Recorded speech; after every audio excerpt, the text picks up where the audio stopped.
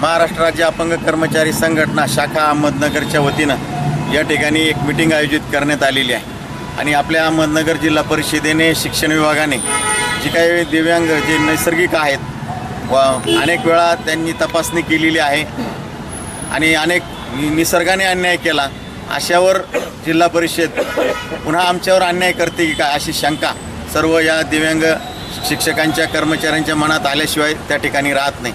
सध्या जिल्हा परिषदेमध्ये अनेक सामाजिक संघटना निवेदनं देतात आणि बोगस दिव्यांगांची ससूनला तपासणी करा, लष्करी हॉस्पिटलला तपासणी करावं का अन्य ठिकाणी त्या ठिकाणी करा अशी मागणी त्या ठिकाणी करत आहेत। परंतु जे खरे दिव्यांग आहेत, ज्यांची यापूर्वी अनेक वेळा तपासणी झाली, ज्यांच्याकडं शासन निर्णयानुसार त्रिसदस्यीय समितीने दिलेले कायमचे अपंगत्वाचे प्रमाणपत्र आहे, त्यांना तुम्ही नाहक त्रास का देतात?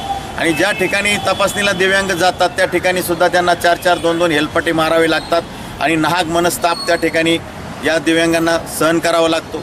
खरं म्हणजे त्यांना जे शंकास्पद दिव्यांग आहेत किंवा जे बोगस आहेत त्यांची व्यक्तिगत नावाने तक्रार करावी आणि त्यांचीच तपासणी करावी ही मागणी खऱ्या दिव्यांग शिक्षकांची त्या ठिकाणी आहे। यापूर्वी अनेक प्रमोशन झाले, त्याही वेळेस या दिव्यांगांची तपासणी झालेली आहे, परंतु कुणी आज उठतो आणि आमची मागणी तपासणीची मागणी करतो आणि आम्हाला नाहक मनस्ताप त्या ठिकाणी करावा लागतो।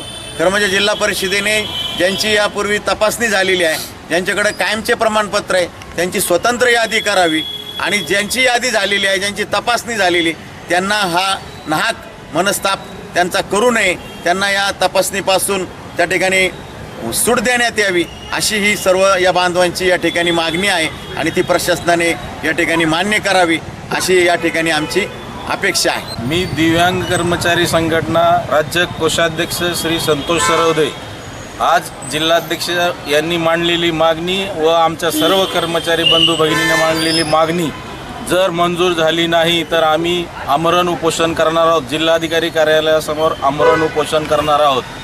ही बाब सर्व आमच्या मुख्य कार्यकारी अधिकारी असतील, जिल्हाधिकारी असतील यांनी थोडी नोंद घ्यावी। शिगुंड मला पारनेरचा आहे मी। मला ज्यावेळेस पुण्याला पाठवलं गेलं त्यावेळेला माझं सकाळी 8:30 पासून 3 वाजेपर्यंत मला तिथं खूप फिरावं लागलं।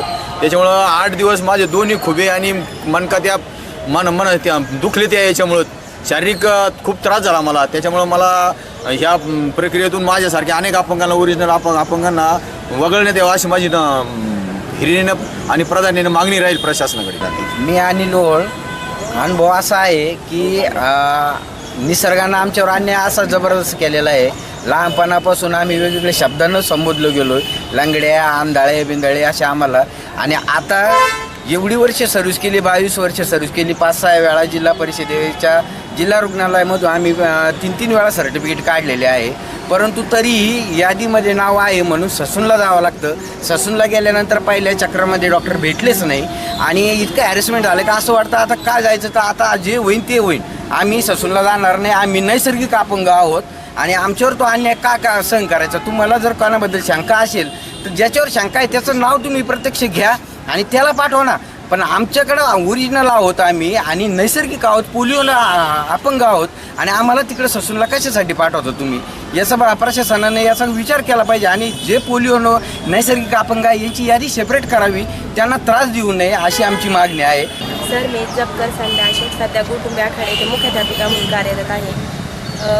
मला खरोखर कानाचा म्हणजे कायम कानामधून पस वाहतो आणि ऐकायला पण बऱ्यापैकी म्हणजे डाव्या बाजूने तर अजिबात येत नाही ऐकायला, पण ह्या जेव्हा तपासण्या होतात तेव्हा मला माझे मिस्टर पण नाही येत, म्हणजे मला लहान माझ्या मुलांना सोबत घेऊन त्या ठिकाणी हॉस्पिटलमध्ये जावं लागतं। डॉक्टर काय बोलतात ते व्यवस्थित समजत नाही आणि मग अगदी रडकुंडीला आल्यासारखं होतं या तपासणीच्या वेळेस। मी कोविडच्या काळामध्ये अशीच एक तपासणी होती, एसट्या वगैरे सगळ्या बंद होत्या, तर माझ्या भैया आणि मी एकदम चिखलानी भरूपर्यंत त्या हॉस्पिटलमध्ये गेलो आणि तिथं पण आम्हाला काही सहकार्य मिळालं नाही। संध्याकाळी खूप अंधार पडता, आम्हाला 9-9:30ला आम्ही पाठीमागं आलो। तर म्हणजे मला जे आमचे कोण अधिकारी वगैरे आहेत त्यांना खरं सांगू वाटतं की जे खरोखर दिव्यांग आहेत ना त्यांची तुम्ही नका हेळसांड करू, तुम्ही स्वतः त्या डॉक्टरांच्या सोबत तिथं बसा, त्यांची तपासणी करा, पण इकडं जा तिकडं जा आणि केल्यानंतर परत वर्षांनी परत तपासणी करा, असं नका करत जा।